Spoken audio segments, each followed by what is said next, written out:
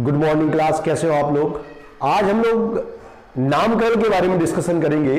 IUPAC नाम यौगिक यानी ऑर्गेनिक कंपाउंड का नामकरण कैसे किया जाता है।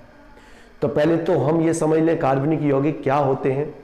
वे यौगिक जो बेसिकली कार्बन और हाइड्रोजन के मिलने से बनते हैं वो कार्बनिक यौगिक हैं। ये पहली शर्त है ऑर्गेनिक कंपाउंड के बारे में कि वे कार्बन और हाइड्रोजन से मिलकर बनते हैं, इसीलिए उनको हाइड्रोकार्बन कहते हैं। बेटे आईयूपीएसी नामकरण से पहले एक साधारण पद्धति कार्य करती थी नामकरण के संबंध में। जो यौगिक जहां से प्राप्त होता था उसके आधार पर उसका नामकरण कर दिया जाता था। जैसे एक एसिड होता है, ये इसका नाम फॉर्मिक एसिड है और फॉर्मिक एसिड इसीलिए रखा गया था क्योंकि ये लाल चींटी रेड आंट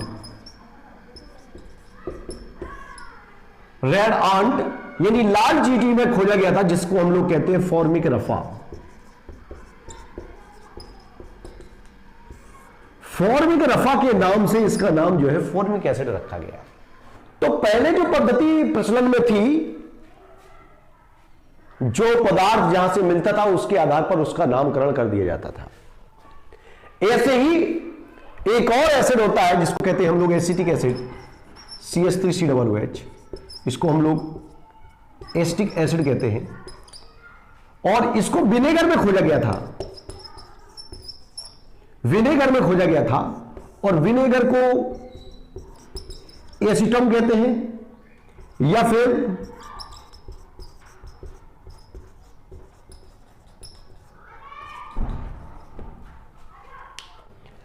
ये एसिटिक एसिड है। एसिटिक एसिड को विनेगर यानी सिरके में खोजा गया था और सिरके को लैटिन लैंग्वेज में एसीटम कहते हैं या फिर एक और नाम इस्तेमाल करते हैं एसिडियम एसिटिकम। और इस आधार पर हमने इसका नाम एसिटिक एसिड पाया। तो ऐसे बहुत सारे यौगिकों के नाम उनके प्राप्ति स्थान के आधार पर या जहां से वो प्राप्त हुए उस आधार पर नाम रख दिए जाते थे। परंतु जब यौगिक की संख्या बड़ी तेजी से बढ़ने लगी, बहुत सारे यौगिक ज्ञात होते गए, तो फिर एक समस्या हम लोगों के सामने यानी वैज्ञानिकों के सामने उत्पन्न हो गई कि इनका नामकरण कैसे किया जाए। नामकरण में एक समस्या आने लगी। तो उसके लिए फिर ये आईयूपीएसी पद्धति प्रस्तुत की गई। आईयूपीएसी पद्धति क्या है, तो इसका पूरा नाम क्या है। कई बार 10th के बच्चों से पूछ लिया जाता है आईयूपीएसी का पूरा नाम, तो हम बता देते हैं आईयूपीएसी का मतलब क्या है।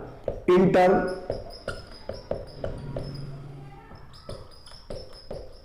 Union of pure and applied chemistry. अब हम लोग बात कर रहे थे अभी कि इसका पूरा नाम क्या है। तो international union of pure and applied chemistry, और इसी का शॉर्ट नेम है जिसे हम लोग कहते हैं आईयूपीएसी। आईयूपीएसी का पूरा नाम international union of pure and applied chemistry. दुनिया भर के रसायन विज्ञान जानने वाले टॉप मोस्ट लीडर्स एक जगह बैठे और उन्होंने एक प्लानिंग बताई कि कैसे नामकरण करना चाहिए, खास तौर से कार्बनिक यौगिकों का। ठीक है, ऑर्गेनिक कंपाउंड के नामकरण के संबंध में एक पूरी विस्तृत प्लानिंग बताई कि कैसे कैसे यौगिकों का नामकरण होना चाहिए।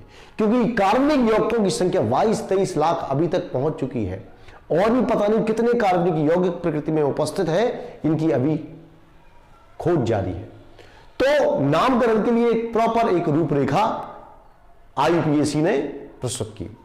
ठीक है, इस नामकरण के सिस्टम को कहते हैं आईयूपीएसी नॉमेनक्लेचर सिस्टम। ठीक है, तो हम लोग ध्यान रखेंगे international union of pure and applied chemistry. इससे पहले जो नामकरण की पद्धति थी वो ये थी जिसमें जो चीज जहां मिलती थी उस आधार पर उसका नामकरण कर दिया जाता था। चलिए अब हम एक बेसिक बात सीखते हैं आईयूपीएसी के बारे में कि कैसे नामकरण किया जाता है। चलिए अब हम देखते हैं कि नामकरण किस आधार पर किया जाता है या नियम क्या है। नामकरण करने का, कार्बनिक यौगिकों का आईयूपीएसी नामकरण करने का नियम क्या? एक अभी हमने नाम लिखा हुआ है, एक सामान्य भारतीय नाम लिखा हुआ है, ठीक है, और ये जो नाम लिखा हुआ है इसमें मुख्य कौन है? ये राजेश है। मुख्य नाम क्या है? राजेश है। कुमार कौन है? ये राजेश है। शर्मा कौन है? राजेश है। ठीक है, डॉक्टर कौन है? राजेश है। मतलब जो नाम का जो मुख्य अंश है वो ये है, जो नाम का मुख्य अंश है वो क्या है? राजेश है। एक सिंपल सा नाम का उदाहरण लेकर के हम समझा रहे हैं कि नामकरण के कैसे टुकड़े करके उनको असेंबल किया जाता है और जिससे पूरे यौगिक का नाम बन जाता है। ठीक है, ये जो नाम के जो पहले जुड़ा होता है उसको कहते हैं पूर्व लग्न, इंग्लिश में हम लोग बोलते हैं प्रीफिक्स। प्री मतलब पहले, फिक्स माने जुड़ने वाला। जो मुख्य नाम के पहले जुड़ता है उसको प्रीफिक्स कहते हैं। ध्यान रहेगा, जो शब्द मुख्य नाम के पहले जोड़ा जाता है उसको प्रीफिक्स कहते हैं। यहां डॉक्टर पूर्व लग्न यानी प्रीफिक्स है। ये जो कुमार है ये किसके बारे में इंफॉर्मेशन दे रहा है? राजेश के बारे में। राजेश कुमारी भी हो सकता था, राजेश कुमार है, राजेश कुछ और भी हो सकता था। तो ये जो कुमार है किसके बारे में इंफॉर्मेशन दे रहा है? राजेश के बारे में। तो इसको जो नाम के बाद में जुड़ा है उसको बोलते हैं सफिक्स। सफिक्स को हिंदी में अनुलग्न कहते हैं। ये जो सफिक्स लिखा हुआ है इसको हिंदी में हम लोग अनुलग्न कहते हैं। अनुलग्न, सफिक्स का मतलब पीछे जोड़ने वाला। ये भी तो सफिक्स है, नाम के बाद जुड़ा हुआ है, ये भी सफिक्स है, ये भी अनुलग्न है। अब इसको हम लोग कहते हैं प्राइमरी सफिक्स और इसको कहते हैं हम लोग सेकेंडरी सफिक्स। जो पहले जुड़े नाम के वो प्राइमरी सफिक्स, इसके बाद सेकेंडरी सफिक्स। तो अभी हम लोग ये समझ गए होंगे कि प्रीफिक्स क्या होता है और ये समझ गए होंगे सफिक्स क्या होता है। प्रीफिक्स वो होते हैं जो नाम के पहले लगाए जाते हैं, जैसे श्री, श्रीमान, श्रीमती, सुश्री। ये क्या है? ये सारे शब्द प्रीफिक्स हैं। कुमार, कुमारी, प्रताप, ऐसे शब्द हैं जो सफिक्स है। अब यहां सफिक्स दो इस्तेमाल हो रहे हैं, primary suffix, secondary suffix. Primary suffix वो होता है जो नाम के तुरंत बाद आता है और सेकेंडरी सफिक्स वो होता है जो उसके बाद आता है। प्राइमरी सफिक्स के बाद सेकेंडरी सफिक्स आता है। तो इस नाम के आधार पर हम आईयूपीएसी के बारे में जान लें कि इसी प्रकार से आईयूपीएसी सिस्टम में भी नामकरण को किया जाता है। अभी हम उसका फॉर्मूला लिखेंगे तो आपको क्लियर हो जाएगा कि नामकरण कैसे किया जाता है। चलिए अभी उसका फॉर्मूला यही लिख करके देख लेते हैं कि आईयूपीएसी क्या सजेशन देता था नामकरण के संबंध में। कि सबसे पहले हम लोग प्रीफिक्स लिखते हैं, इसके बाद वर्ड रूट लिखते हैं, इसके बाद प्राइमरी सफिक्स लिखते हैं,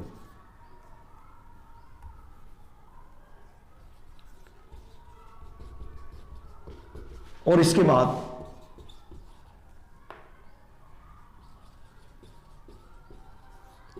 सेकेंडरी सफिक्स लिखते हैं।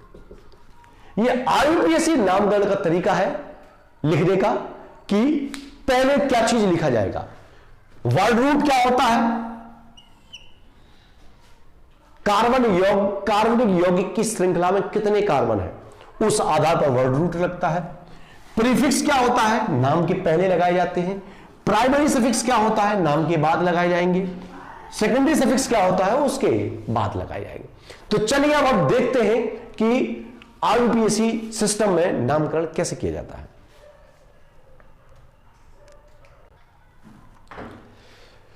तो बेटे ये prefix, word root, primary suffix, secondary suffix, इस तरीके से नाम आईयूपीएसी नाम के ये भाग होते हैं। इन भाग को हम लोग स्टडी करेंगे कैसे नामकरण किया जाता है। तो सबसे पहले हम लोग देखें कि प्रीफिक्स कौन कौन हो सकते हैं। प्रीफिक्स का मतलब समझते हैं, पूर्व लग्न बोलते हैं और जो मुख्य नाम के पहले लगा जाता है, लिखा जाता है, उसे प्रीफिक्स कहते हैं। तो प्रीफिक्स में साइड चेन हो सकती है। अब आप कहेंगे साइड चेन क्या होती है? साइड चेन, प्रीफिक्स में साइड चेन हो सकती है। अब साइड चेन को समझने के लिए आप जरा एक डायग्राम देखें जरा। ये CH3, CH2, CH, CH2, CH3 और ये। अब आपको मैं बताता हूं साइड चेन यानी पार्श्व श्रृंखला क्या चीज होती है।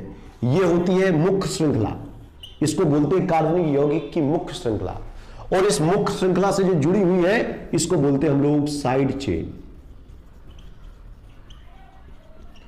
ये मेन चेन है, मुख्य कार्बन श्रृंखला है, और ये है साइड चेन। जो साइड में है वो साइड चेन, सिंपल सी बात है। तो बेटे साइड चेन के कारण प्रीफिक्स लग सकता है अगर वो साइड चेन एक कार्बन वाली है यानी CH3 है, दो कार्बन वाली है यानी CH3 CH2 है, तीन कार्बन वाली है CH3 CH2 CH2 है। एक कार्बन वाली साइड चेन है तो उसका नाम होता है बेटा मेथिल, दो कार्बन वाली जो है उसका नाम होता है एथिल, तीन कार्बन वाली है तो उसका नाम होता है प्रोपिल। और अगर इसी में कोई ऐसी चेन है तो इसका नाम होता आइसोप्रोपिल। ये बेटे कार्बन चेन हुई। अगर कार्बन चेन इस प्रकार से है, एक कार्बन वाली चेन श्रृंखला जुड़ी है, जैसे इसका नाम मेथिल होगा, दो कार्बन है कहीं तो उसका नाम एथिल होगा, तीन कार्बन है सीधी श्रृंखला में तीन कार्बन है तो उसको एन प्रोपिल कहेंगे, नॉर्मल प्रोपिल। और इस तरीके से तीन कार्बन जुड़े हुए हैं तो उसको हम लोग आइसोप्रोपिल कह सकते हैं। साइक्लिक चक्रीय श्रृंखला भी हो सकती है, तो चक्रीय श्रृंखला को हम लोग बाद में स्टडी करेंगे अपन लोग कि चक्रीय श्रृंखला कैसे हो सकती है।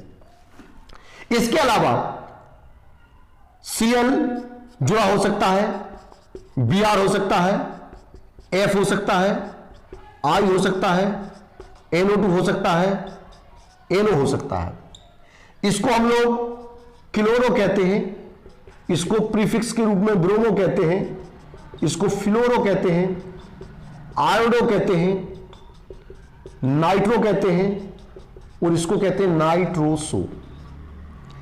ये बेटे प्रीफिक्स के नाम हमने कुछ लिखे हुए हैं, ये प्रीफिक्स के नाम इस तरीके से हो जाते हैं। अगर मान लीजिए यहां मेथिल जुड़ा हुआ है तो इसका नाम प्रीफिक्स मेथिल लिखेंगे। अगर मान लीजिए यहां पर Cl जुड़ा हुआ है तो इसका नाम एक मेथिल है और एक क्लोरो है, ये भी लिखा जाएगा। ठीक है, तो ये सब के सब प्रीफिक्स हो सकते हैं। ठीक है, ये जो आपको ये साइड चेन है और ये क्या है, इनको बोलते हैं प्रतिस्थापी।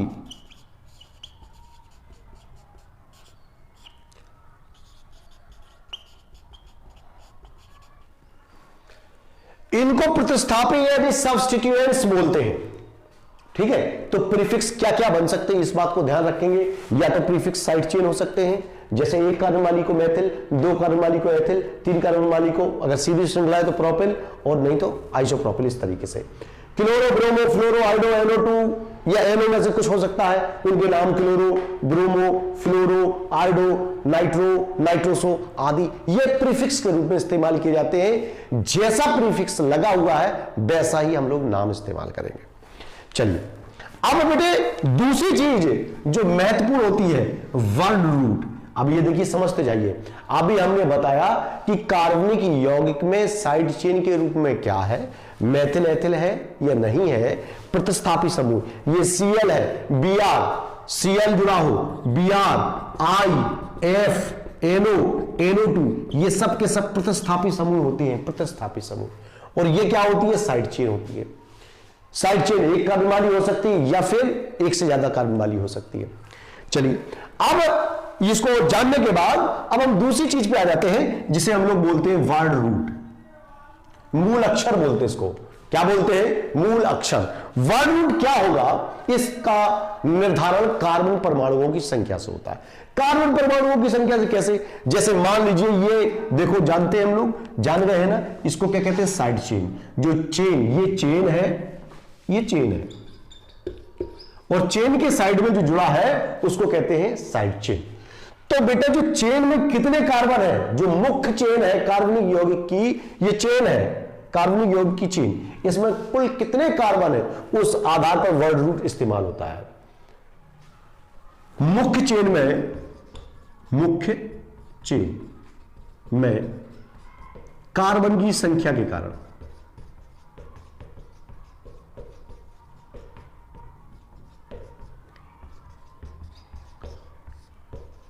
वर्ड रूट प्रयोग करते हैं।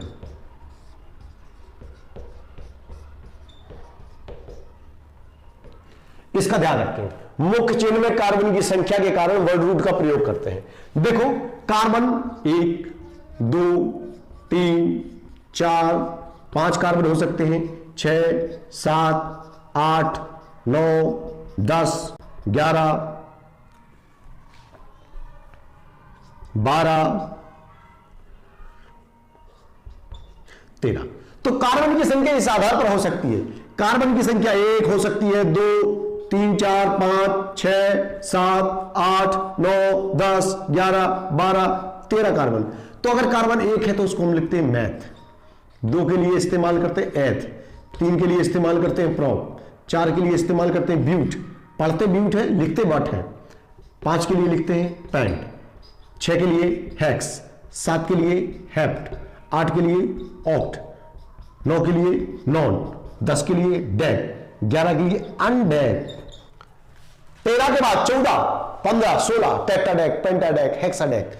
ऐसे ही इसके बाद भी और सारी व्यवस्थाएं होती हैं, उसकी आपको अभी आवश्यकता नहीं है।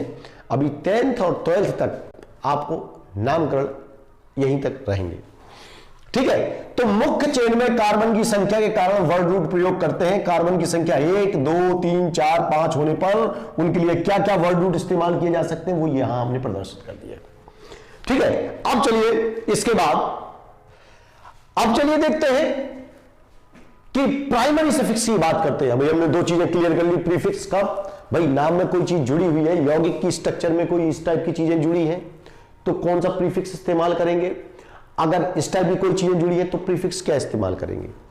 ये प्रीफिक्स लिखे हैं methyl, ethyl, propyl, isopropyl, chloro, bromo, fluoro, iodo, nitro, nitroso, ये प्रीफिक्स है, ठीक है। अब प्राइमरी सफिक्स कब लगते हैं, कार्बन कार्बन के बीच में बंध कैसा है, इस आधार पर कार्बन कार्बन के बीच में, ध्यान रखना कार्बन और कार्बन के बीच में बंध कैसा है।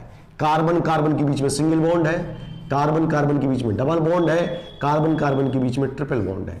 अगर कार्बन कार्बन के बीच में सिंगल बॉन्ड है तो हम एन लगाते हैं, ENE, डबल बॉन्ड है ईन लगाते हैं, ट्रिपल बॉन्ड है आइन लगाते हैं, बस।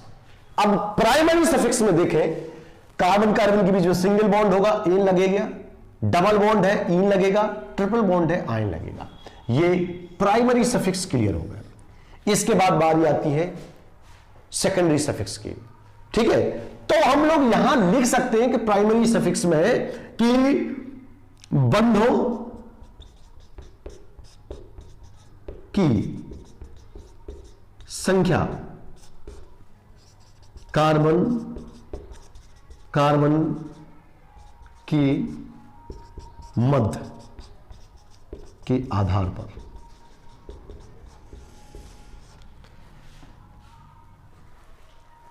तो कार्बन कार्बन के मध्य बंधों की संख्या क्या है, इस आधार पर प्राइमरी सफिक्स लगते हैं। या तो सिंगल बॉन्ड होगा तो इन लगाएंगे, डबल बॉन्ड होगा तो इन लगाएंगे, ट्रिपल बॉन्ड होगा तो आइन लगाएंगे। अब सेकेंडरी सफिक्स कब लगता है, ये यौगिक में उपस्थित यानी कंपाउंड में, यौगिक में उपस्थित क्रियात्मक समूह के कारण लगाए जाते हैं। क्रियात्मक समूह को इंग्लिश में फंक्शनल ग्रुप कहते हैं। फंक्शनल ग्रुप, फंक्शनल ग्रुप क्या क्या हो सकते हैं, देखो भाई,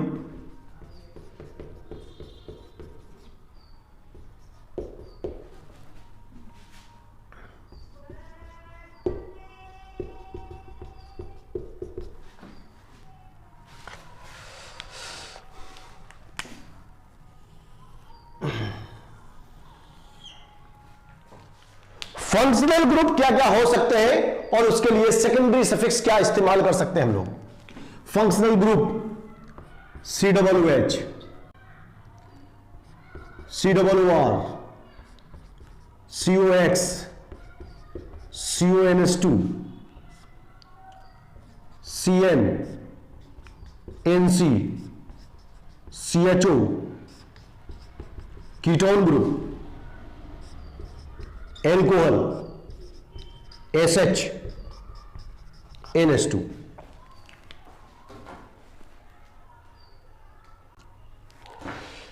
तो ये सारे क्रियात्मक समूह हमने आपके सामने लिखे हुए हैं अभी। ये COOH समूह है, कार्बोक्सिलिक एसिड ग्रुप बोलते हैं, इसको एस्टर बोलते हैं, ध्यान रखना और अपनी नोटबुक में नोट कर लेना। Carboxylic acid group, ester group, acid halide group, amide group, cyanide, isocyanide group, aldehyde group, ketone group, alcohol, thioalcohol, amine. याद रखना, अपनी नोटबुक में नोट कर लेना। Carboxylic acid, ester, acid halide group, amide, cyanide group, isocyanide, aldehyde, ketone, alcohol, thioalcohol और amine. अब अगर ये क्रियात्मक समूह यौगिक में दिख रहे हैं तो कौन सा सेकेंडरी सफिक्स, क्या शब्द लगाते हैं, ध्यान देंगे। COOH के लिए ओइक एसिड, इसके लिए COOR के लिए O8 एस्टर बोलते हैं इसको, ON हैलाइड, इसको एमाइड लगाते हैं, एमाइड। और ये चूंकि बाद में लगता है इसलिए डैश लगा दिया, क्योंकि ये बाद में जुड़ने वाला है। इसके लिए नाइट्राइल इस्तेमाल करते हैं, नाइट्राइल। इसके लिए आइसोसाइनाइड, इसके लिए अल लगाते हैं, अल। इसके लिए ऑल। अगर NH2 समूह है तो एमीन लगाएंगे, SH है तो थायोल लगाएंगे, OH के लिए ऑल इस्तेमाल करते हैं। कार्बोनिल समूह है ये, कीटोन बोलते हैं इसे, ऑल लगाते हैं। CHO AL लगाते हैं, अल। NC है आइसोसाइनाइड लगाते हैं, CN है नाइट्राइल लगाते हैं, CONH2 है एमाइड लगाते हैं, COX है ON हैलाइड लगाते हैं। एस्टर समूह के लिए O8 लगाते हैं और कार्बोक्सिलिक एसिड के लिए ओइक एसिड लगाते हैं। अब ये टेबल हमें याद रखनी पड़ेगी। हमें यह देखना पड़ेगा कि हमें जो यौगिक नाम लिखने के लिए दिया गया है उनमें से कौन सा क्रियात्मक समूह है अथवा नहीं है, यह ध्यान रखना पड़ेगा। उस आधार पर हम इनमें से चुन करके नाम लिखते हैं। अगर मान लीजिए कि क्रियात्मक समूह यह है और इसको हम सेकेंडरी सफिक्स के रूप में इस्तेमाल नहीं कर पा रहे हैं तो प्रीफिक्स के रूप में कैसे इस्तेमाल करेंगे, यह हम अब बाद में जानेंगे। तो बेटे ये सारी चीजें हमें बिल्कुल अपनी नोटबुक में नोट कर लेना है, ठीक है। और नोट करने के बाद जैसे ही हमें कोई यौगिक दिया जाता है पहले हम देखेंगे साइड चेन क्या है, उसके लिए क्या प्रीफिक्स लगेगा उसका चुनाव करें। वर्ड रूट क्या लगाएंगे उसको ध्यान में रखें। प्राइमरी सफिक्स क्या लगाएंगे उसको ध्यान में रखें। क्रियात्मक समूह क्या लगाएंगे इसको ध्यान में रखें। और इस प्रकार से हम लोग IUPAC नामकरण लिख सकते हैं किसी भी यौगिक का। उसके लिए अभी इसके बाद कुछ नियम और हैं, उनको जानने की आवश्यकता है, ठीक है। तो पहले तो ये हम लोग अपनी एक कॉपी में बिल्कुल इसी प्रकार से नोट कर लेंगे सारी चीजें और इनको याद कर लेंगे। नामकरण करने के लिए कम से कम हमें इतना तो याद होना अवश्य है, इतना जरूर हमें याद होना चाहिए। अगर ये याद नहीं है, ये याद नहीं कर पा रहे, इसको एक दो बार लिख के बना करके देखेंगे। अगर ये बना लेते हैं तो आप नामकरण कर लेते हैं, ये ध्यान रखें। चलिए अभी हम इसको आगे और देखते हैं, इसको मिटा देते हैं। अब चलिए एक आध हम लोग सिंपल सा नामकरण करने का प्रयास करते हैं। यहां एक जगह मैंने रफ की हुई है, CH3 Cl CH3 और यहां CH। ये एक यौगिक है। पहला काम क्या होगा भैया, वर्ड रूट सिलेक्ट करना। ये वर्ड रूट हो गया। इसमें कितने कार्बन है, 1 2 3, 3 कार्बन है। 3 कार्बन के लिए क्या सिलेक्ट करोगे आप, प्रोप सिलेक्ट हो गया। अब बेटे प्रीफिक्स देखो, क्या मेथिल है इसमें, मेथिल ध्यान रखना ये मेथिल शामिल नहीं होते हैं। ये मेथिल एथिल साइड चेन के रूप में होना चाहिए। और साइड चेन के रूप में कैसे होंगे, अभी थोड़ी देर पहले हमने बताया था एक स्ट्रक्चर बना करके साइड चेन कैसी होती है, ठीक है। तो बेटे इस पे नंबर डाल देते हैं 1 2 3, सिंपल सा। 2 पे क्लोरीन जुड़ा है और क्लोरीन के लिए क्या इस्तेमाल करते हैं हम लोग, क्लोरो। तो हमने ये सिलेक्ट कर लिया। इसके बाद देखिए कार्बन कार्बन के बीच में सिंगल बॉन्ड है। अभी थोड़ी देर पहले मैंने यहीं पे बताया था कार्बन कार्बन के बीच में सिंगल बॉन्ड हो सकता है, डबल बॉन्ड हो सकता है, कार्बन कार्बन के बीच में ट्रिपल बॉन्ड हो सकता है। सिंगल बॉन्ड है तो इन लगाएंगे, डबल बॉन्ड है तो इन लगाएंगे और ट्रिपल बॉन्ड है तो हम लोग क्या लगाएंगे, आयन लगाएंगे। ठीक है, तो अब यहां सिंगल बॉन्ड है तो अब इस यौगिक का नाम क्या लिखेंगे, पहले क्या लिखेंगे, प्रीफिक्स लिखेंगे। प्रीफिक्स क्या है, क्लोरीन है, और क्लोरीन किस नंबर पे है, 2 नंबर पे क्लोरीन है, तो अब इसका नाम लिखेंगे 2 क्लोरो। पहले प्रीफिक्स लिख दिया, इसके बाद वर्ड रूट लिखा जाएगा। वर्ड रूट क्या है, प्रोप, प्रोप लिख दिया। अब कार्बन प्राइमरी सफिक्स में, प्राइमरी सफिक्स में सिंगल बॉन्ड है कार्बन कार्बन के बीच में, ये सिलेक्ट कर लेंगे तो एन लगा देंगे। सेकेंडरी सफिक्स, कोई फंक्शनल ग्रुप इनमें से कोई दिख रहा है, कोई फंक्शनल ग्रुप नहीं है, तो इसका नाम हो गया 2 क्लोरोप्रोपेन, इसका IUPAC नाम हो गया। आपको एक और देखते हैं, CH3 CH2 CH2 OH। अब देखें, ये एक सिंपल सा यौगिक है, ये नामकरण हम यहां एक सिंपल टाइप के इसलिए बता रहे हैं जिससे कि थोड़ी सी प्रैक्टिस हो जाए हमारी। ठीक है, अब यहां देखो, पहला काम प्रीफिक्स सिलेक्ट करना। देखो क्या, ये चेन, मेन चेन हो गई, मुख्य श्रृंखला हो गई, इसमें कितने कार्बन है, 1 2 3 कार्बन है, 3 कार्बन के लिए प्रोप ही इस्तेमाल करेंगे। साइड चेन कोई है, कोई साइड चेन नहीं है, कोई प्रतिस्थापित समूह जुड़ा हुआ है, कोई प्रतिस्थापित समूह वो भी नहीं दिख रहा है। ठीक है, तो अब इसमें सीधे वर्ड रूट इस्तेमाल करेंगे, सीधा वर्ड रूट क्या हो जाएगा, प्रोप। कार्बन कार्बन के बीच में सिंगल बॉन्ड है, सिंगल बॉन्ड के लिए क्या लगाते हैं, एन लगाएंगे, और OH लगा है, देखो ये क्रियात्मक समूह है, जो OH लगा है ये क्रियात्मक समूह है, फंक्शनल ग्रुप है। सेकेंडरी सफिक्स देखना पड़ेगा, OH के लिए सेकेंडरी सफिक्स क्या इस्तेमाल करते हैं, ऑल इस्तेमाल करते हैं, तो लगा देंगे। इसमें नंबर डले होने चाहिए शुरुआत में 1 2 3, 1 कंडीशन पे ऑल है तो 1 ऑल। एक नियम और है, आगे हम आपको बताएंगे, यदि आगे जो सेकेंडरी सफिक्स आ रहा है उसमें AEIOU या फिर बाई है तो आगे वाली ई को हटा देते हैं, तो इसका पूरा नाम हो जाएगा प्रोपेन 1 ऑल। प्रोपेन 1 ऑल इसका IUPAC नाम हो जाएगा। तो इस प्रकार से हम लोग नामकरण कर सकते हैं। पहले हमको यह पता होना चाहिए, ये पूरी लिस्ट याद होनी चाहिए। चलिए देखते हैं।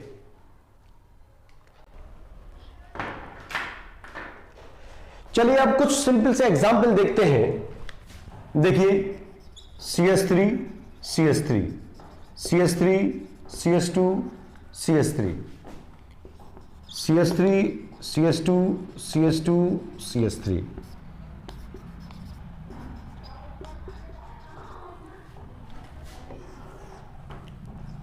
CH2 double bond CH2 CH3 CH double bond CH। ये कुछ हमने नामकरण के लिए स्ट्रक्चर लिखे हुए हैं, चलिए देखते हैं।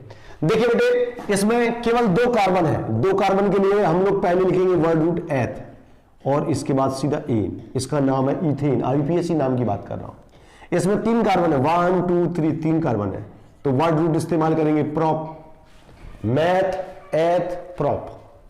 ठीक है, प्रोप इस्तेमाल करेंगे और एन, प्रोपेन हो जाएगा। इसका 1 2 3 4 कार्बन है और 4 कार्बन है तो इसका नाम लिखा जाएगा ब्यूट ए।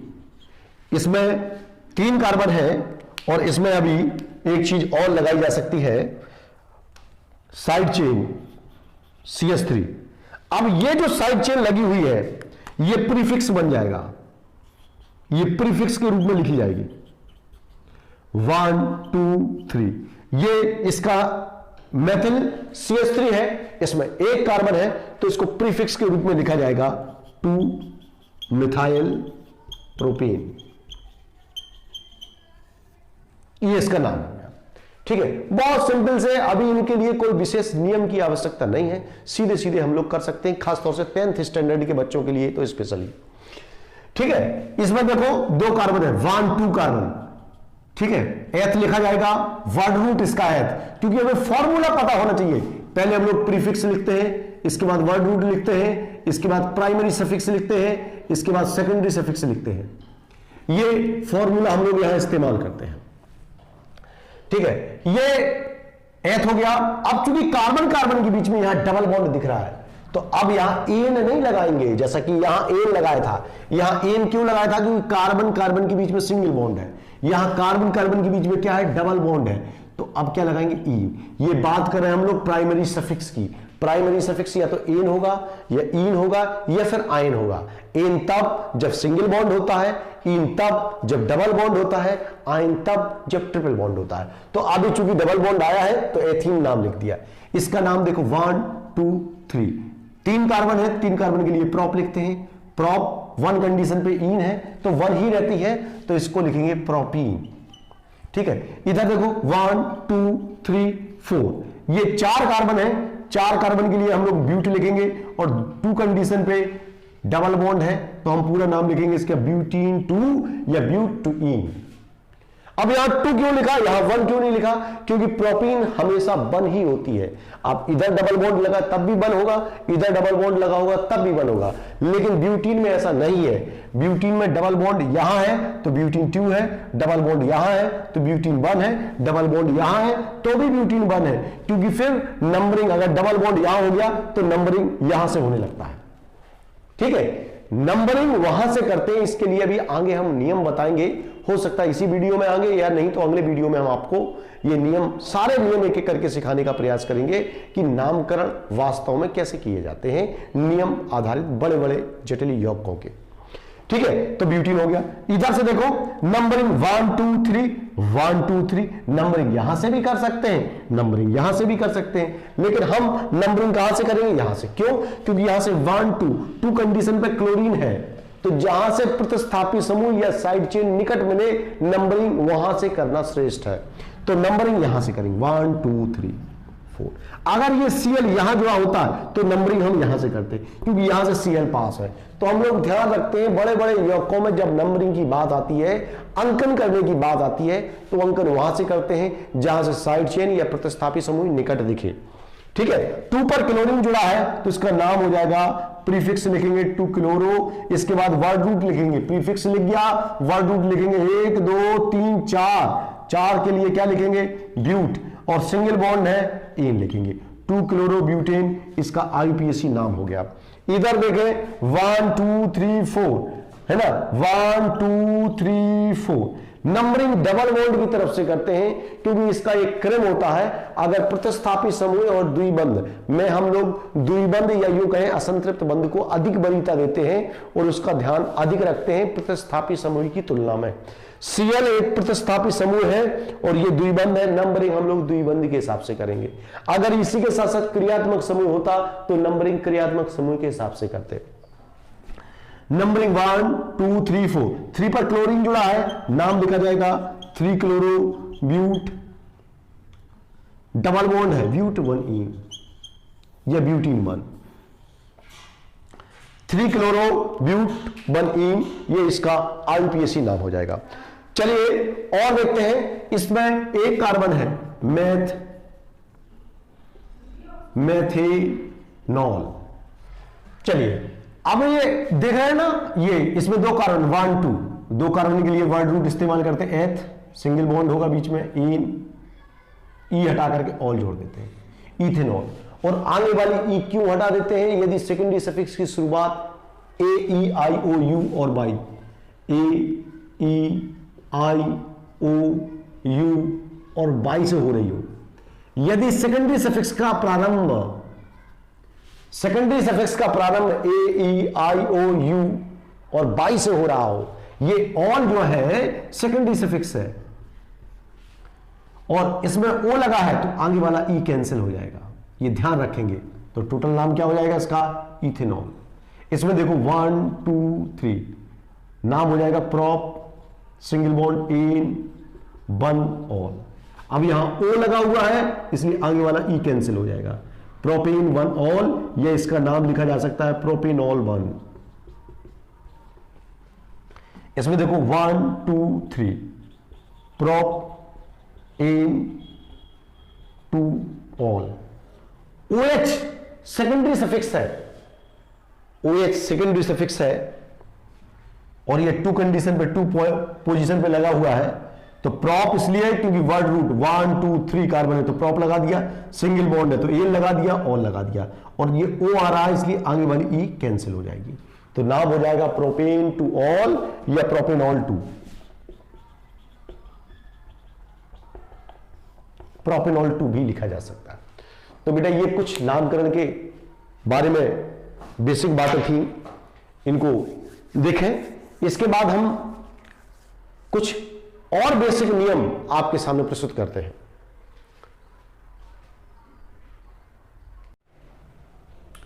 तो चलिए, अभी तक हमने जितने भी यौगिकों के नामकरण किए हैं वो बिल्कुल सिंपल यौगिक थे, जिनमें किसी विशेष नियम की कोई आवश्यकता नहीं होती है। केवल आपको यह याद रखना है प्रीफिक्स क्या है, वर्ड रूट क्या है, प्राइमरी सफिक्स क्या है, सेकेंडरी सफिक्स क्या है, और उनको जोड़ करके लिख देना है।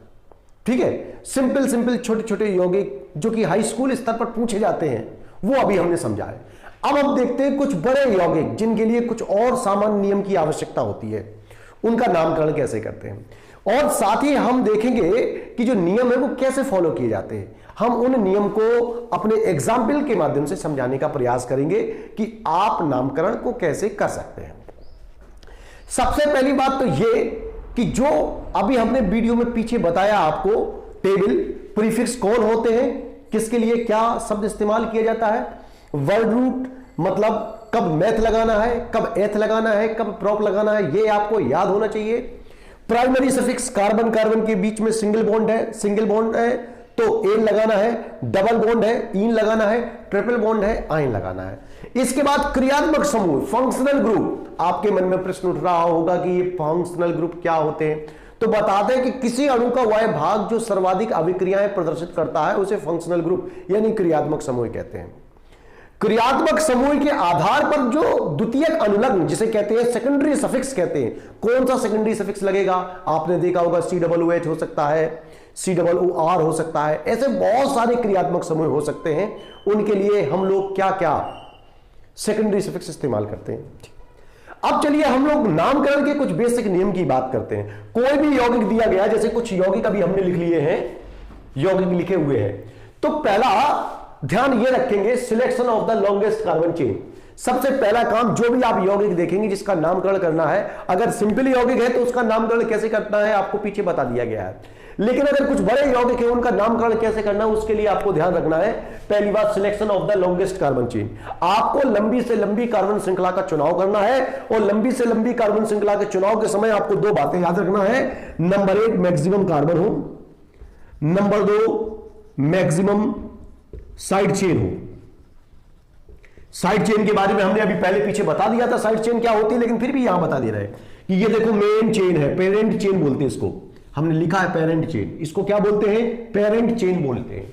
और ये जो नीचे ये लगे हुए हैं इनको बोलते हैं साइड चेन। ठीक है, ये जो पेरेंट चेन हमने लिखा हुआ है इसे कार्बन चेन भी कहते हैं, मुख्य कार्बन श्रृंखला, इसी को पेरेंट चेन बोलते हैं, ये पेरेंट चेन है। ठीक है, तो उसमें मैक्सिमम कार्बन होने चाहिए, एक बात मैक्सिमम कार्बन होना चाहिए, दूसरा साइड चेन भी अधिक से अधिक हो, लेकिन तीसरी बात जो ब्रांच्ड साइड चेन होती है ना,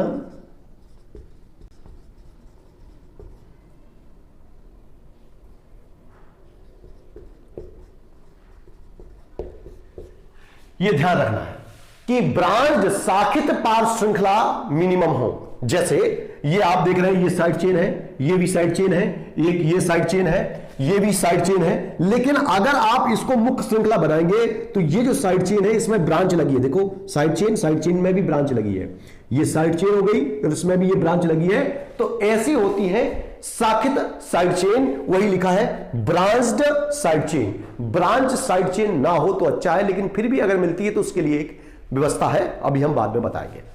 तो पहला काम है selection of the longest carbon chain. जो भी यौगिक आपको दिया गया उसमें लंबी से लंबी कार्बन श्रृंखला का चुनाव करना।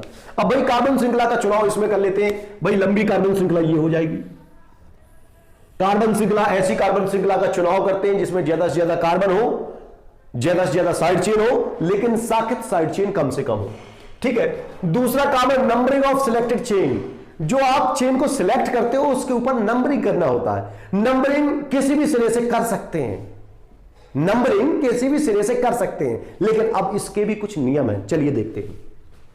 जैसे ये लंबी कार्बन चेन को सिलेक्ट किया हमने, तो अब इसमें नंबरिंग हम वहां से करेंगे जहां से ये जो देख रहे हो ना आप, ये है साइड चेन। ये क्या है, ये साइड चेन है, ये साइड चेन है। ठीक है, तो नंबरिंग वहां से करते हैं जहां से साइड चेन या प्रतिस्थापी समूह, साइड चेन यानी पार्श्व श्रृंखला, प्रतिस्थापी समूह यानी सब्स्टिट्यूएंट निकट हो। आप देखेंगे कि इधर से साइड चेन 1 2 कंडीशन पे है और इधर से साइड चेन 1 2 3 कंडीशन पे, तो नंबरिंग हम लोग कहां से करेंगे, यहां से। नंबरिंग वहां से करेंगे जहां से साइड चेन निकट हो, साइड चेन इधर से निकट है, नंबरिंग यहां से कर दिया। अब यहां दूसरा काम क्या करते हैं भाई, ये देखो selection of longest carbon chain, इसमें लंबी कार्बन चेन का चुनाव करना है। ये पहला पॉइंट है बेटे, ये दूसरा पॉइंट है, ये तीसरा पॉइंट है, और ये चौथा, और ये पांचवा, ठीक है। अब बेटे इसमें देखें, इसमें सिलेक्शन करना है, लॉन्गेस्ट कार्बन चेन का सिलेक्शन करना है, तो 1 2 3 4 5, इधर आप देखेंगे 5 कार्बन है, 1 2 3 4 5, इधर भी देखेंगे 5 कार्बन, 5 कार्बन इधर भी, 5 कार्बन इधर भी। तो आप यहां वो कार्बन चेन सिलेक्ट करेंगे जिसमें ये सारे रूल्स फॉलो हो पा रहे हो। ज्यादा से ज्यादा कार्बन आपको यहां मिल रहे हैं, देखिए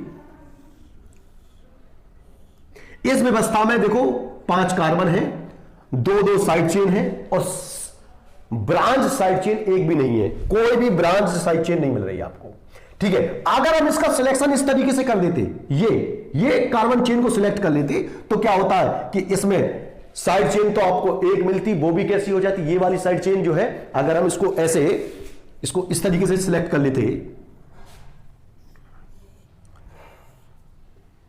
तो इस तरीके से सिलेक्ट करने में परेशानी क्या होती कि आप 1 2 3 4 5 कार्बन तो काउंट कर रहे हैं, और ये साइड चेन है, लेकिन ये साइड चेन कैसी है, ब्रांच टाइप की है। और अभी हमने आपको समझाया कि ब्रांच साइड चेन ना मिले तो ही अच्छा है, ठीक है। तो अभी ये जो सिलेक्शन है ये सही नहीं कहा जाएगा, तो हम अपना पुराने वाले सिलेक्शन पर कायम रहेंगे और हम लोग इसी को सिलेक्ट करेंगे। इसमें क्या है, 5 कार्बन है और 5 कार्बन है, 2 साइड चेन है और 0 ब्रांच साइड चेन है, ठीक है। ये ध्यान रखेंगे, 5 कार्बन की श्रृंखला है, साइड चेन 2 है और ब्रांच साइड चेन 0 है, ठीक है। चलिए अब बेटे इसमें अगर हमें कार्बन चेन का सिलेक्शन करना हो, तो ये लो भाई, ये कार्बन चेन का सिलेक्शन हो गया भाई, 1 2 3 4, यहां कोई प्रॉब्लम नहीं थी, कार्बन चेन का सिलेक्शन हो गया।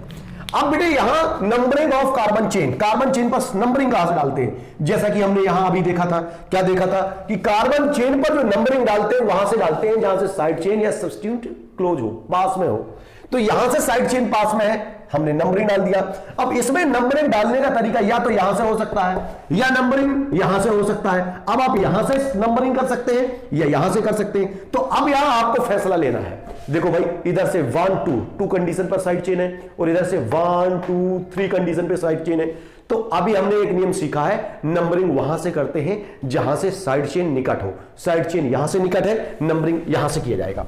नंबर 1 2 3 4 5, ये नंबरिंग कर दिया, ठीक है। अब देखो एक और पॉइंट है, ये सारे जो पॉइंट्स मैं आपको बता रहा हूं ये सब अपने आप में एक नियम है, और इनको देख करके आप अपने नियम नोटबुक में लिख लेंगे।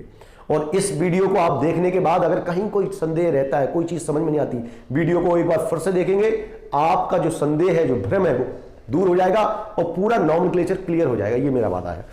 चलिए आप इसमें देखो, नंबरिंग इधर से भी कर सकते हैं, इधर से भी कर सकते हैं, 1 2 1 2, मतलब दोनों तरफ से एक नियम है इसके संबंध में। यदि भिन्न भिन्न सिरों से भिन्न भिन्न प्रकार के प्रतिस्थापी समूह या पार्श्व श्रृंखला समान स्थिति पर हो, तो नंबरिंग वहां से करते हैं जहां से अंग्रेजी वर्णमाला क्रम के अनुसार पहले आने वाली पार्श्व श्रृंखला या प्रतिस्थापी समूह निकट हो। ध्यान रखना, नंबरिंग यदि इधर से भी सेकंड कंडीशन पे मिल रहा है प्रतिस्थापी समूह, ये ClBrI, ये प्रतिस्थापी होते हैं। प्रतिस्थापी मतलब सब्स्टिट्यूएंट्स होते हैं, तो सब्स्टिट्यूएंट्स यहां से भी दूसरे नंबर पे, यहां से भी दूसरे नंबर पे, नंबरिंग यहां से करें या यहां से करें। जब ऐसी डिसीजन लेना हो तो उसके लिए हम लोग अल्फाबेटिक ऑर्डर का रूल फॉलो करते हैं। उसमें क्या होता है, जब भिन्न भिन्न प्रतिस्थापी समूह या साइड चेन अलग अलग सिरों से समान स्थितियों पर जुड़े हो, तो नंबरिंग वहां से करते हैं जहां से अंग्रेजी वर्णमाला क्रम के अनुसार पहले आने वाला प्रतिस्थापी समूह या साइड चेन निकट हो। इसका नाम ब्रोमो लिखा जाता है, इसका नाम क्लोरो लिखा जाता है, बी जो है सी से पहले आ जाता है, इसलिए नंबरिंग यहां से 1 2 3 4 किया जाएगा। नंबरिंग इस तरीके से किया जाएगा। चलिए अब इसमें देखें, इसमें लॉन्गेस्ट कार्बन चेन का सिलेक्शन करना है। ये भाई देखो, ये लॉन्गेस्ट कार्बन चेन हो गई, ये लॉन्गेस्ट कार्बन चेन हो गई। नंबरिंग आप इधर से भी कर सकते हैं, नंबरिंग आप इधर से भी कर सकते हैं। अब आपको फैसला लेना है कि नंबरिंग कहां से करना है।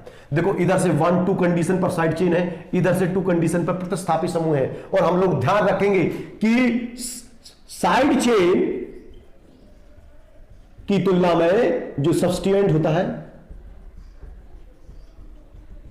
उसको ज्यादा वरीयता दी जाती है। साइड चेन के कंपैरिजन में जो प्रतिस्थापित समूह होता है उसको ज्यादा वरीयता दिया जाता है। मतलब मेथल समूह को ध्यान में नहीं रखेंगे, हम जो नंबरिंग करेंगे हम प्रतिस्थापित समूह को श्रेष्ठ मान करके नंबरिंग करेंगे, 1 2 3 और 4 ध्यान रखेंगे। क्योंकि हमारा श्रेष्ठ कौन है, Cl है। यहां हमारा श्रेष्ठ कौन है, CH3 है। नंबरिंग इधर से किया, यहां हमारा श्रेष्ठ कौन मिला, ये मिला पास में, यहां से नंबरिंग किया। अब आप यहां ये कह सकते हैं कि इधर मैथिल जुड़ा है, इधर एथिल जुड़ा है। नहीं, नियम ये है, ये ध्यान रखेंगे आप कि जहां से साइड चेन निकट हो, जहां से साइड चेन, इधर से साइड चेन निकट है, इसलिए नंबरिंग यहां से की गई है। इधर देखें, इसमें लॉन्गेस्ट कार्बन चेन का सिलेक्शन देखो भाई, 1 2 3 4 5 6 7 1 2 3 4 5 6 7 आप चेन, पेरेंट चेन ये चुन सकते हैं या फिर सीधी चुन सकते हैं। हम इसको सीधी चुन लेते हैं। ये पेरेंट चेन तैयार हो गई हमारी। नंबरिंग 1 2 3 करें या 1 2 3 करें, तो हम लोगों को अब ध्यान रखना है कि इसको बोलते हैं मेथिल एम और इसको बोलते हैं नाम में एथिल यानी ई। अब आपको सोचना है कि अल्फाबेटिक ऑर्डर में ई पहले आता है, एम पहले आता है। ई पहले आता है क्योंकि इनकी पोजीशन सेम है, 1 2 3 1 2 3, इसलिए आप लोग इधर से नंबरिंग करेंगे, एम और ई के आधार पर फैसला करेंगे। अगर ऐसा नहीं होता, यह चीज यहां पर लगी होती, तो आप नंबरिंग इधर। हमने बताया है कि यदि भिन्न भिन्न प्रतिस्थापी समूह या पार्श्व श्रृंखलाएं अलग अलग सिरों से समान स्थिति पर हो, अलग अलग सिरों से समान स्थिति पर हो, तो नंबरिंग वहां से करते हैं, अंकन वहां से करते हैं जहां से अंग्रेजी वर्णमाला क्रम के अनुसार आने वाली पार्श्व श्रृंखला या प्रतिस्थापित समूह निकट हो। चूंकि अंग्रेजी वर्णमाला क्रम तब अपनाते हैं जब लोकेशन सेम हो, इधर से भी 2, इधर से भी 3, इधर से भी 3। ठीक है, अब हम यहां अंग्रेजी वर्णमाला क्रम देखेंगे। और यदि ये इधर होता तो इधर से नंबरिंग कर देता, ये इधर होता तो इधर से नंबरिंग कर देते, जो पहले मिल जाता वहां से नंबरिंग कर देते। चलिए, तो नंबरिंग अब हम लोग कहां से करेंगे, 1 2 3 4 5 6 7। 5 पर मैथिल है, 3 पर एथिल है। चलिए, ये नंबरिंग तो हमने कर दी। अब जरा इनके नाम और देख लेते हैं। नाम कैसे, नाम के लिए कोई यौगिक है, उसमें पहले प्रीफिक्स ढूंढो क्या है।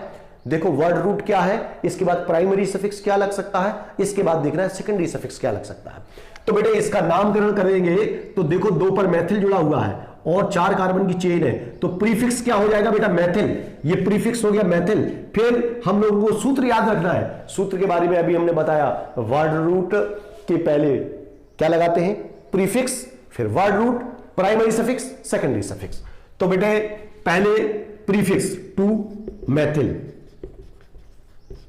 2 मैथिल ब्यूटेन इसका नाम हो जाएगा। 2 पर मैथिल जुड़ा है, 4 कार्बन है, ब्यूटी लिख दिया, सिंगल बॉन्ड है, एन लिख दिया, और कोई सेकेंडरी सफिक्स नहीं है। ध्यान रखना, कोई सेकेंडरी सफिक्स नहीं है। अब इस नाम में देखो पहले संख्यात्मक लगाएंगे कि जो मैथिल है या एथिल जो भी लगा है वो किस नंबर पे लगा।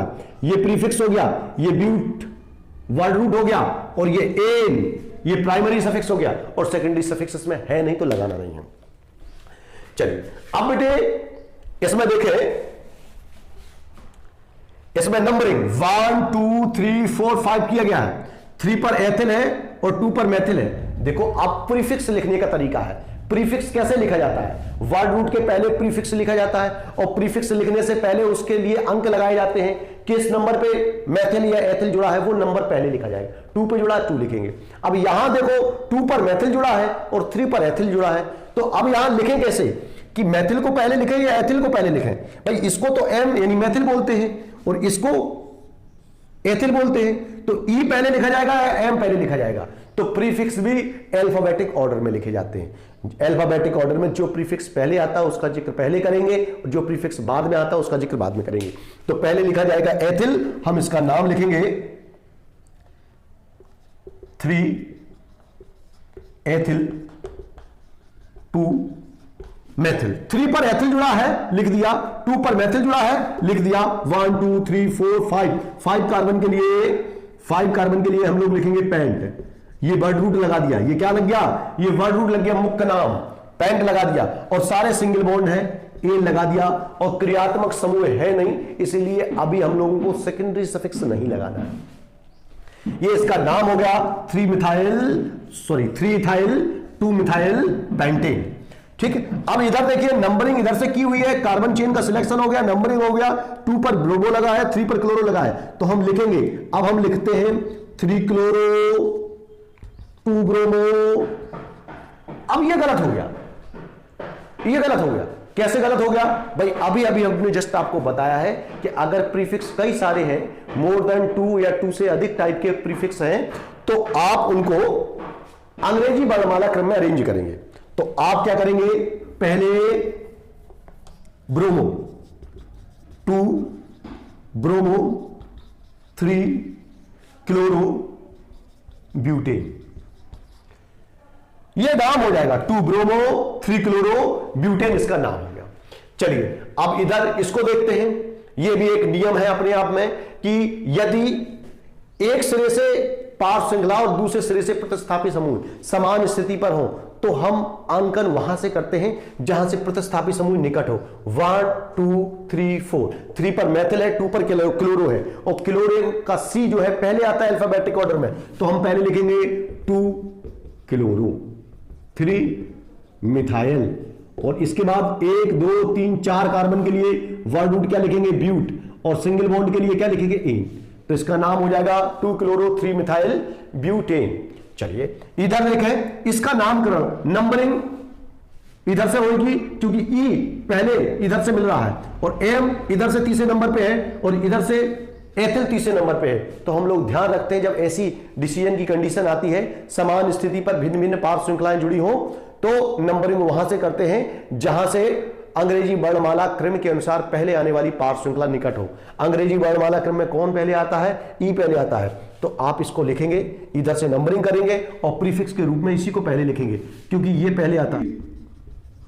इथाइल 5 मिथाइल, 3 पर एथिल जुड़ा है, 5 पर मेथिल जुड़ा है, 3 इथाइल 5 मिथाइल, और 7 कार्बन का वर्ड रूट लगेगा। 7 कार्बन के लिए क्या लिखते हैं हम लोग, हेप्ट, सिंगल बॉन्ड के लिए ई। ये वर्ड रूट है, ये प्राइमरी सफिक्स है, और ये सब के सब क्या है, प्रीफिक्स है। ई पहले आ गया, एम बाद में आया। तो भाई ये कुछ हमने आपको नियम बता दिए, ठीक है। चलिए अब इसके बाद कुछ और बातें सीखते हैं नॉमेनक्लेचर से रिलेटेड। तो चलिए आप देखते हैं कि यदि 2 या अधिक पार्श्व श्रृंखलाएं हो, 2 से अधिक पार्श्व श्रृंखलाएं हो तब क्या करेंगे, 2 पार्श्व श्रृंखलाएं हो तब क्या करेंगे, यह बात आप लोगों ने देख ली है। अब हम बात करते हैं कि यदि किसी कार्बन श्रृंखला पे 2 से अधिक पार्श्व श्रृंखलाएं हो तब क्या करेंगे। देखो भाई, ये पेरेंट कार्बन चेन है, इसको सिलेक्ट कर लेंगे, पेरेंट कार्बन चेन ये हो जाएगी, ठीक है। और नंबरिंग 1 2 3 4 5 6 7, या इधर से भी सेकंड पोजीशन पर मेथिल है, इधर से भी सेकंड पोजीशन पर मेथिल है। तो नंबरिंग कहां से करेंगे, नंबरिंग वहां से करेंगे जहां से इन साइड चेन या प्रतिस्थापी समूह को प्रदर्शित करने वाली संख्याओं का योग कम से कम रहे, ठीक है। अगर आप इधर से नंबरिंग कर देते हैं, इधर से नंबरिंग 1 2 3 4 5 6 7, तो एक मेथिल सेकंड कंडीशन पर है, एक मेथिल थर्ड, तो 2 + 3 + 6 कितना हो गया, 6 3 9 2 11 हो गया। और अगर इधर से नंबरिंग करते 1 2 3 4 5 6 6 और 5 11 11 और 2 13, इधर से अगर नंबरिंग कर देते तो 13 हो जाता। तो नंबरिंग वहां से करेंगे अगर साइड चेन या प्रतिस्थापी समूह 2 से अधिक है तब। जहां से उनको प्रदर्शित करने वाली संख्याओं का योग कम से कम रहे।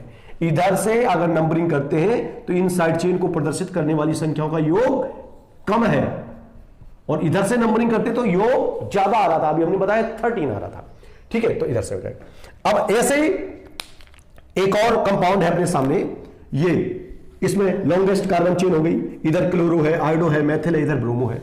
ठीक है, तो भाई नंबरिंग कहां से करेंगे? अब यहां अंग्रेजी वर्णमाला क्रम वाला नहीं चलेगा, क्योंकि अभी हमने बताया कि जब प्रतिस्थापी समूह या पार श्रृंखलाएं 2 से अधिक हो, मोर देन कई सारी हो मतलब, तब क्या करेंगे? तो हम लोग यहां से नंबरिंग करेंगे 1 2 3 4 5। एक 1 नंबर पे है 1, एक 2 पर है 2, एक 3 पर है 3, एक 5 पर है 5 3 8 2 10 1 11 हो जाएगा।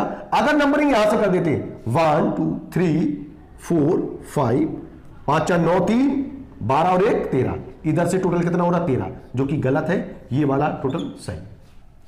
ठीक है, तो नंबरिंग करने का तरीका, जब कार्बन श्रृंखला पर 2 से अधिक प्रतिस्थापी समूह हो या पार श्रृंखलाएं हो, 2 से अधिक प्रतिस्थापी समूह या पार श्रृंखलाएं हो, तब यह तरीका अपनाते हैं। तो चलिए इसका नाम क्या लिखा जाएगा? अब जरा नाम लिख के देख लेते हैं इसका। भाई 2 पे मैथिल है, 3 पे भी मैथिल है, 6 पे मैथिल है। जब कई सारे प्रीफिक्स हो एक ही प्रकार के तो डाई ट्राई टेट्रा लगा देते हैं। देखो मैथिल 1 2 3 मैथिल है, पहले उनके अंक लिखेंगे 2, 3, 6, फिर लगाएंगे डाई ट्राई टेट्रा। डाई अगर 2 है तो डाई लगा देंगे, समान प्रकार के होने चाहिए, 2 तो डाई, 3 है तो ट्राई, 4 है तो tetra. 2, 3, 6 trimethyl, trimethyl, और word root 1 2 3 4 5 6 7 hept, single bond a heptane. ध्यान रखना कि पहला अक्षर कैपिटल बनेगा, इसके बाद सारे स्मॉल बनेंगे। पहला अक्षर कैपिटल बनेगा, इसके बाद सारे small. Tri methyl heptane 2, 3, 6 tri methyl heptane. और एक बात और ध्यान रखना, जो अंक है मैथमेटिकली, जो अंक है और जो इंग्लिश के वर्ड है उनके बीच में एक डैश लगाते हैं, जिसको बोलते हैं हाइफन। ये जो लगा हुआ है इसको हाइफन कहते हैं, हाइफन। ठीक है, चलिए अब इसका नामकरण करना है। तो भाई देखो 1 पर क्लोरो है, 2 पर आयोडो है, 3 पर मैथिल है और 5 पर ब्रोमो है। ये अल्फाबेटिक ऑर्डर में जब विभिन्न प्रकार के प्रीफिक्स हो, अधिक प्रकार के प्रीफिक्स हो, 2 हो या अधिक प्रकार के प्रीफिक्स हो, तो उन्हें अंग्रेजी वर्णमाला क्रम में अरेंज करते हैं। पहले ब्रोमो लिखेंगे, फिर क्लोरो लिखेंगे, फिर आयोडो लिखेंगे, फिर मैथिल लिखेंगे। तो 5 ब्रोमो 1 क्लोरो 2 आयोडो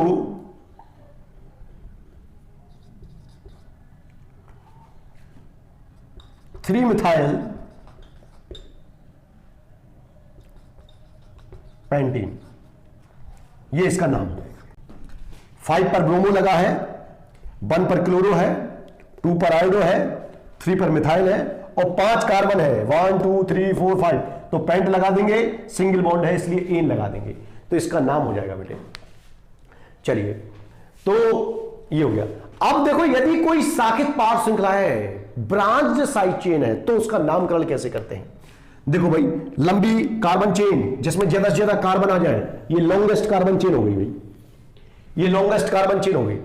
अब नंबरिंग 1 2 3 4, तो नंबरिंग इधर से करेंगे 1 2 3 4 5 6 7 8, ठीक है। और 2 पर मैथिल है और 5 पर ये साइड चेन है, ये साइड चेन है और ये ब्रांच है उसकी, तो कहने का आशा ये ब्रांच्ड साइड चेन है। इसका नामकरण कैसे करते हैं? देखो भाई ब्रांच साइड चेन के नामकरण के लिए एक व्यवस्था है कि यदि शाखित पार श्रृंखला है तो उस पर भी अंकन कर देते हैं, 1 2, उस पर भी अंकन कर देते हैं। और नामकरण के करने के लिए ब्रैकेट का इस्तेमाल करते हैं। तो इसका नाम, अगर यह मैथिल समूह ना होता तो इसको लिखा जाता एथिल। क्या लिखा जाता? इसका नाम लिखा जाता एथिल। इसका नाम एथिल लिखा जाता है। ठीक है, अब चूंकि एथिल पर वन कंडीशन पर मैथिल लिखा हुआ है, तो अब इसको लिखेंगे वन मैथिल और एथिल, और ये पूरा ब्रैकेट में लिखा जाएगा इसका नाम। भाई अगर ये मैथिल समूह नहीं दिख रहा होता तो आप इसको एथिल बोलते, है ना, 5 एथिल बोलते। ठीक, लेकिन इस एथिल पे मैथिल जुड़ा है, तो अब इस पे पहली कंडीशन में मैथिल जुड़ा, तो वन मैथिल एथिल इसका नाम हो जाएगा, केवल इसका। अब पूरे का नाम लिखेंगे तो पहले हम लोग जानते ना, अंग्रेजी वर्णमाला क्रम में जो पहले आता प्रीफिक्स उससे पहले लिखा जाएगा। एथिल पहले आएगा, एथिल को पहले लिखेंगे, I one Maithil ethyl 2 methyl octane, ये इसका नाम हो जाएगा। ठीक है, चूंकि कई सारे प्रीफिक्स हैं, ये मैथिल प्रीफिक्स है, ये एथिल प्रीफिक्स है, अंग्रेजी वर्णमाला क्रम के अनुसार ई पहले लिखा जाएगा, ई प्रीफिक्स पहले लिखा जाएगा, एम प्रीफिक्स बाद में लिखा जाएगा। तो इस तरीके से ये हो गए। चलिए, तो हम लोगों को ध्यान रखना है, वो टेबल हमको लर्न होनी चाहिए। अब चलिए हम लोग देखते हैं कि असंतृप्त बंध युक्त कार्बनिक यौगिकों का नामकरण किस प्रकार से किया जाता है।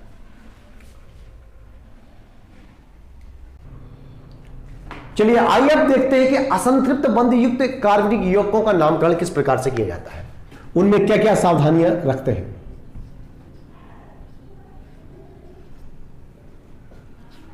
ठीक है, जब किसी असंतृप्त बंध युक्त कार्बनिक यौगिक का नामकरण करना होता है तो हम लोग ध्यान रखें कि असंतृप्त बंध होते क्या है। असंतृप्त बंध में आता है डबल बॉन्ड आ जाता है और ट्रिपल बॉन्ड आ जाता है। ये डबल बॉन्ड है और ये ट्रिपल बॉन्ड है, ये दोनों बॉन्ड असंतृप्त बंध की श्रेणी में आते हैं। ऐसी कार्बन श्रृंखला का चुनाव करते हैं जिसमें अधिक से अधिक असंतृप्त बंध आ जाए और अधिक से अधिक कार्बन आ जाए। ध्यान रखेंगे, ऐसी कार्बन श्रृंखला का अभी तक जो हमने नियम सीखे हैं उनसे थोड़ा हटके असंतृप्त बंध युक्त यौगिकों का नामकरण करना है तो हम लोग ध्यान रखेंगे अधिक से अधिक कार्बन श्रृंखला में आ जाए और अधिक से अधिक असंतृप्त बंध श्रृंखला में आ जाए। तो भाई इसका ध्यान रखेंगे, लंबी कार्बन श्रृंखला ये हो जाएगी नंबरिंग 1 2 3। हालांकि नंबरिंग का यहां कोई विशेष महत्व तो नहीं है क्योंकि 3 कार्बन ही है, तो इसका नाम हो जाएगा 3 कार्बन के लिए हम लोग लिखेंगे प्रॉप। सिंगल बॉन्ड है एक और एक डबल बॉन्ड है, तो डबल बॉन्ड के लिए ईन लग जाएगा, प्रोपीन नाम हो जाएगा इसका।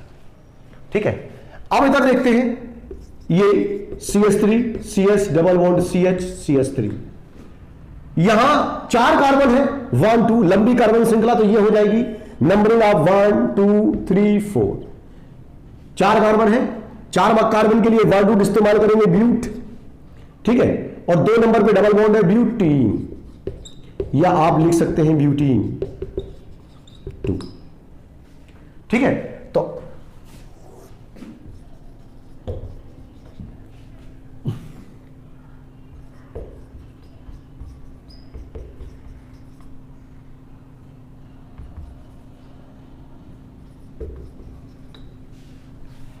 ये कोई यौगिक है, इसमें लंबी कार्बन श्रृंखला क्या होगी भाई 1 2 3 4 5, 1 2 3 4 5, ये वाली लंबी कार्बन श्रृंखला सही मानी जाएगी।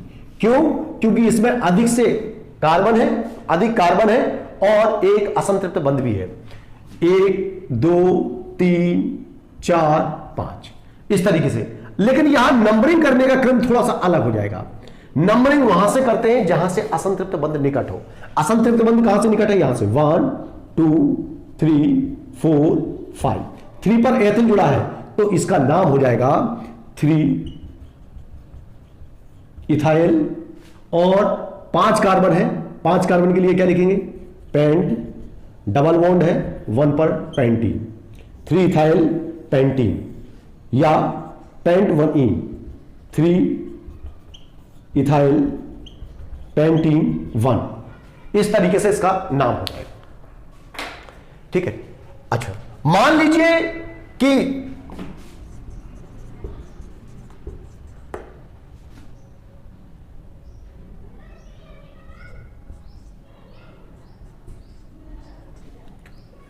ये कोई यौगिक है, नंबरिंग यहां से करेंगे 1 2 3 4 5। 5 कार्बन के लिए लिखा जाएगा पेंट। सिंगल बॉन्ड ये सब है, लेकिन ये ट्रिपल बॉन्ड है वो भी फर्स्ट करनी है पेंटाइन 1 या पेंट 1 आइन। पेंट 1 आयन हो जाएगा।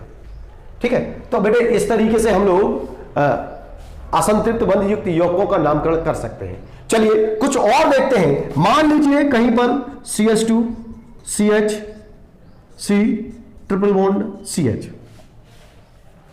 ये वाली कंडीशन है, एक तरफ से द्विबंध और एक तरफ से त्रिबंध समान स्थिति पर है, एक तरफ से द्विबंध और एक तरफ से त्रिबंध समान स्थिति पर है, तो नंबरिंग वहां से करेंगे जहां से द्विबंध निकट हो। ठीक है, द्विबंध निकट हो, और नामकरण कैसे किया जाएगा?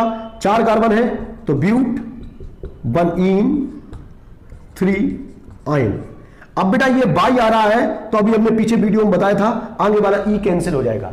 AEIOU या फिर बाई से शुरू हो रहा हो सेकेंडरी सफिक्स, तो प्राइमरी सफिक्स का लास्ट वाला ई हट जाता है, ब्यूट 1 इन 3 आयन हो जाएगा। ठीक है, अगर हम इसको इस तरीके से कर देते हैं,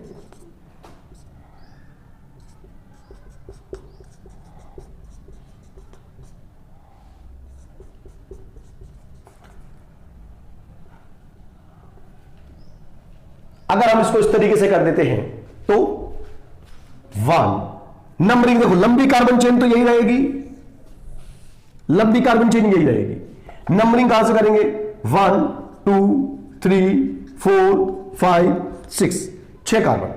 ठीक है, नंबरिंग इधर से नहीं करेंगे, नंबरिंग वहां से करते हैं जहां से असंतृप्त बंध निकट है। असंतृप्त बंध में द्विबंध भी आती है, त्रिबंध भी आती है। नंबरिंग कर देंगे तो ये 6 कार्बन है तो लिखेंगे हेक्स 4 इन 1 आयन, ये इसका IUPAC नाम हो जाएगा, हेक्स 4 इन 1 आयन।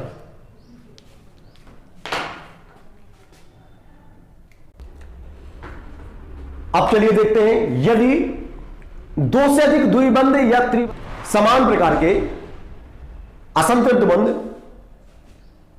2 से अधिक हो तब क्या करेंगे? 2 या 2 से अधिक हो तब क्या करेंगे? CH2 CH double bond CH2 CH। चलिए अब देखते हैं कि 2 या अधिक समान प्रकार के असंतृप्त बंध हैं तब क्या होता है। देखिए, ये देखिए 4 कार्बन है लेकिन 2 डबल बॉन्ड है, 1 2 3 4। नंबरिंग के लिए आपके पास स्वतंत्रता है, या तो आप इधर से नंबरिंग कर सकते हैं, इधर से भी नंबरिंग कर सकते हैं, कोई प्रॉब्लम नहीं। 4 कार्बन के लिए आप लोग वर्ड रूट ब्यूट इस्तेमाल करेंगे। अब एक बात ध्यान रखना है कि वर्ड रूट में ए जोड़ देंगे जब 2 या अधिक समान प्रकार के असंतृप्त बंध हों।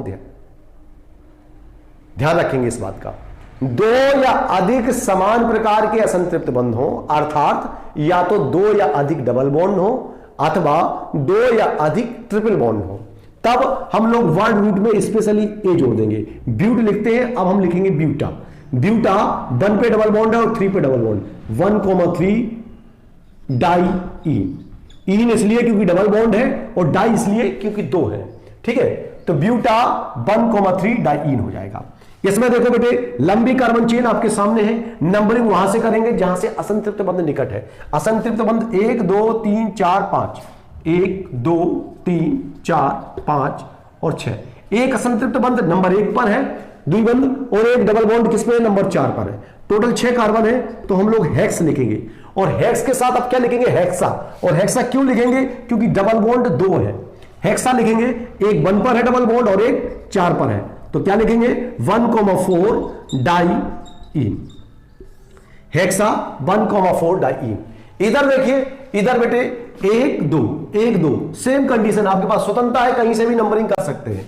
1 2 3 4 5 नंबरिंग कर देंगे इस पर। अब देखो 5 कार्बन के लिए वर्ड रूट क्या इस्तेमाल करते हैं? पेंट। पेंट इस्तेमाल कर दे। अब समान प्रकार के 2 असंतृप्त बंध हैं, ट्रिपल बॉन्ड ट्रिपल बॉन्ड। एक डबल बॉन्ड और एक ट्रिपल बॉन्ड है तो नहीं, समान प्रकार के असंतृप्त बंध 2 या अधिक हो तो वर्ड रूट में ए जोड़ देते हैं। ये पेंट जानते हो, ये पेंट वर्ड रूट है, और वर्ड रूट में क्या जोड़ दिया? एक, तो पेंटा हो गया। और पेंटा ट्रिपल बॉन्ड एक पहले नंबर पे है और एक चौथे नंबर पे है, और क्या हो जाएगा? डाई आयन हो जाएगा। ठीक है, ये इसका नाम हो गया 1,4 डाई आयन। पेंटा 1,4 डाई आयन हो जाएगा। इधर देखिए 1 2, 2 पर डबल बॉन्ड है, 1 2, 1 पे ही ट्रिपल बॉन्ड है, तो नंबरिंग यहीं से करेंगे 1 2 3 4 5। हां, यदि डबल बॉन्ड और ट्रिपल बॉन्ड की पोजीशन टकरा रही होती है तो हम डबल बॉन्ड को से वरीयता देते हैं, अदरवाइज जहां से असंतृप्त बंध हमें पास मिल रहा है, नंबरिंग हम लोग वहीं से करना पसंद करेंगे। ठीक है, हां डबल बॉन्ड और ट्रिपल बॉन्ड दोनों सेम कंडीशन पे है, अलग अलग सिरों से, तो फिर हम डबल बॉन्ड को वरीयता देते हुए डबल बॉन्ड की तरफ से नंबरिंग करेंगे। ठीक है, नंबरिंग यहां करेंगे। 5 कार्बन के लिए हम लोग क्या लिखेंगे, पेंट लिखेंगे। अब एक ट्रिपल बॉन्ड है और एक डबल बॉन्ड है, मतलब असंतृप्त बंध समान प्रकार के दो तो नहीं हुए, तो यहां वर्ड रूट में ए जोड़ने की आवश्यकता नहीं है, सीधा लिखेंगे पेंट 3 इन 1 आयन। और बेटा इन की जो स्पेलिंग होती है वो ENE होता है, लास्ट वाला ई हट गया। क्यों हट जाता है, हमने आपको बताया था, AEIOU या बाई से शुरू हो रहा हो सेकेंडरी सफिक्स, तो प्राइमरी सफिक्स का लास्ट वाला ई कैंसिल हो जाता है। ठीक है, तो बेटे ये नाम हो गए, ये असंतृप्त यौगिकों के नाम हो गए। असंतृप्त बंध युक्त यौगिकों के नामकरण के बारे में कुछ बातें और ध्यान रखते हैं। ऐसी कार्बन श्रृंखला का चुनाव करते हैं जिसमें ज्यादा से ज्यादा कार्बन के साथ साथ ज्यादा से ज्यादा असंतृप्त बंध आ जाए। नंबरिंग वहां से करते हैं जहां से असंतृप्त बंध निकट हो, इधर से निकट है तो इधर से कर देंगे, लेफ्ट से निकट है तो लेफ्ट से कर देंगे। अगर एक सिरे से द्विबंध और एक सिरे से त्रिबंध समान स्थिति पर है तो हम नंबरिंग द्विबंध की तरफ से करेंगे। ठीक है, अच्छा अगर कई सारे द्विबंध या त्रिबंध कार्बन श्रृंखला में है तो नंबरिंग हम वहां से करेंगे जहां से उन द्विबंध या त्रिबंध या यूं कहें कि असंतृप्त बंध को प्रकट करने वाली संख्याओं का योग कम से कम रहे, वहां से हम नंबरिंग करेंगे। और बेटे इस प्रकार से हम लोग इनका नामकरण कर सकते हैं। इनकी प्रैक्टिस करें हम लोग बार बार तो हम काफी हद तक सीख जाएंगे एक एक करके। चलिए आगे देखते हैं।